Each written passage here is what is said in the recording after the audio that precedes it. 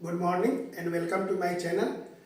आज हम बताएंगे धारिता, जिसको अंग्रेजी में बोलते हैं कैपेसिटी। यहाँ पर ये कौन चीज है? कप है। और यह क्या है? यह भी कप है। कप में हम लोग क्या रखते हैं? दूध रखते हैं, चाय लेते हैं ना। तो किस कप में ज्यादा चाय आएगा? इस कप में। यहां पर क्या है? ये छोटा ग्लास है, ये बड़ा ग्लास है। तो पानी किस में ज्यादा आएगा? बड़ा में कि छोटा में? तो इस ग्लास में ज्यादा आएगा। यहां पर 3 बोतल है, सबसे ज्यादा किस में पानी आएगा? इसमें। उससे कम इसमें आएगा, और सबसे कम किस में आएगा? इसमें आएगा। अब अगर कहा जाए कि इस कप में कितना चाय ज्यादा आएगा या इस ग्लास में कितना पानी ज्यादा आएगा, कैसे जानेंगे? तो इस ग्लास में कितना पानी आया और इस ग्लास में कितना पानी आया, उसको मापेंगे, तब पता चलेगा कि इस ग्लास में कितना ज्यादा है या इस कप में कितना ज्यादा है। तो उसको कैसे मापते हैं? तो जैसे हम लोग वजन को किलोग्राम में मापते हैं, तो पानी को, दूध को, चाय को या तेल को, जो लिक्विड चीज है, उसको हम मापते हैं लीटर में। किस चीज में मापते हैं? लीटर में। उसका मात्रा क्या है? लीटर में मापते हैं। किस चीज को? लिक्विड को। जैसे चाय है, दूध है, पानी है, तेल है, तो उसको मापेंगे लीटर में। तो जैसे हम लोग वजन को किलोग्राम में मापे थे, तो क्या था? बाट था। वैसे ही 1 लीटर का भी बर्तन होता है, उस पर लिखा रहेगा 1 लीटर। तो उस बर्तन में पानी जितना आएगा उसको बोलेंगे 1 लीटर। यानी जिस बर्तन में जितना पानी रखेंगे उसी को बोलते हैं धारिता। समझ में बात आई? कि जिस बर्तन में, यहां बोतल भी हो सकता है, ग्लास भी हो सकता है, कप भी हो सकता है। अगर बड़ा बर्तन लेंगे तो बाल्टी हो सकता है, होगा ना। तो जिसमें जितना पानी आएगा उसी को बोलते हैं धारिता। धारिता क्या हुआ? कि जिस बर्तन में जितना हम लिक्विड रखते हैं, उस लिक्विड का मात्रा जो है उसको बोलते हैं धारिता। और उसको मापेंगे कैसे? लीटर में। और उसका मापक होता है, यानी पैमाना होगा। बर्तन रहता है, जैसे बाट में 1 केजी लिखा रहता है, लीटर में भी लिखा रहेगा 1 लीटर। यह हुआ बड़ा मात्रा। छोटा मात्रक के लिए हम लिखते हैं मिली लीटर।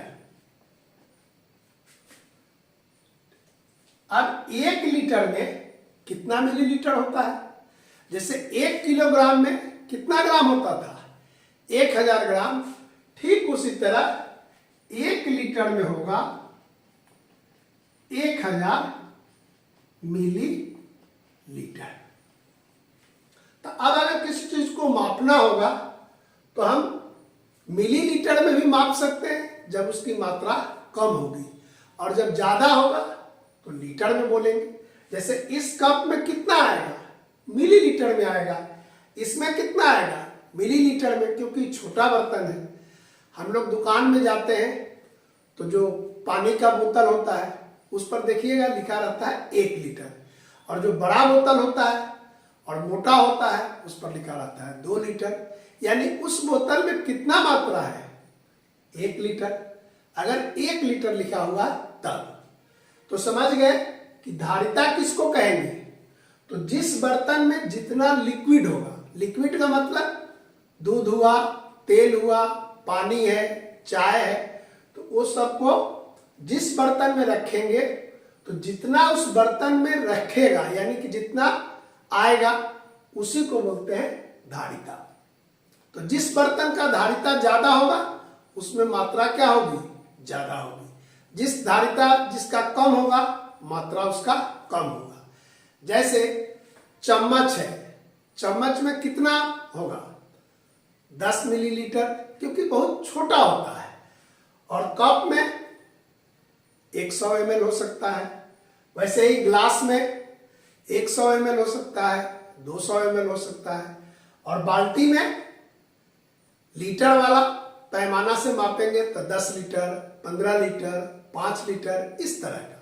यानी बड़ा बर्तन में हम लीटर से मापेंगे तो सुविधा होगी, छोटा बर्तन में मिलीलीटर से मापेंगे। तो धारिता को हम कहेंगे कि जिस बर्तन में जितना दूध, पानी, तेल या कोई भी लिक्विड आता है या रखा जा सकता है उसे उस बर्तन का धारिता कहते हैं।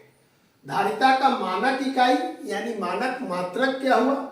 लीटर, और 1000 मिलीलीटर में होगा 1 लीटर। समझ गए? यदि 500 मिलीलीटर है, 500 मिलीलीटर, तो इसको बोलेंगे आधा लीटर। देखेंगे कि इस मिलीलीटर को अंग्रेजी में ऐसे लिखते हैं, एमएल। एमएल मतलब मिली लीटर, और जिस पर सिर्फ एल लिखा रहेगा उसका अर्थ होगा लीटर। तो बोतल पर देखिएगा 1 लीटर लिखा है, एक ऐसे, 1 एल यानी 1 लीटर। हम लोग कोको कोला या थम्स अप, जो भी पेप्सी, तो उस पर लिखा रहता है 300 ml, मतलब कि उसमें 300 मिली लीटर कोको कोला या थम्स अप है। इस तरह हम लोग किसी बर्तन में जो लिक्विड है उसको आज से क्या बोलेंगे? मिलीलीटर या लीटर में। अगर ज्यादा मात्रा है तो लीटर में बोलेंगे, अगर कम है तो मिलीलीटर में बोलेंगे। ठीक है? तो 1 लीटर बराबर 1000 मिलीलीटर। तो 2 लीटर में कितना मिलीलीटर होगा?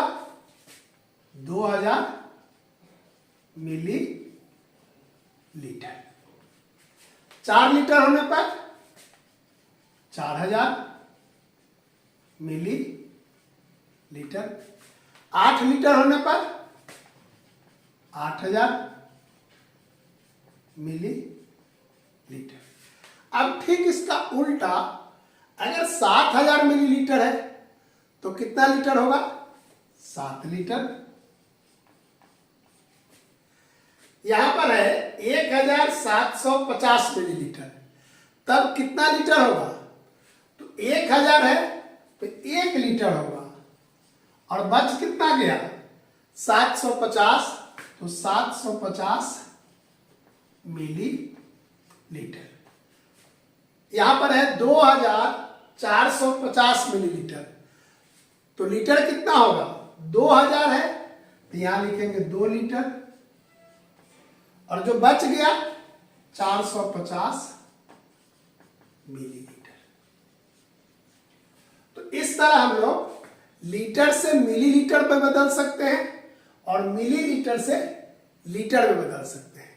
याद क्या रखना है कि 1000 मिलीलीटर होगा तो 1 लीटर होगा, और इसी का उल्टा 1 लीटर होने पर 1000 मिलीलीटर होगा। ठीक है? तो इसका अभ्यास कीजिएगा, अपने किताब का सवाल बनाइएगा। अगले दिन बताएंगे समय के बारे में। आज इतना ही रखते हैं। Thank you.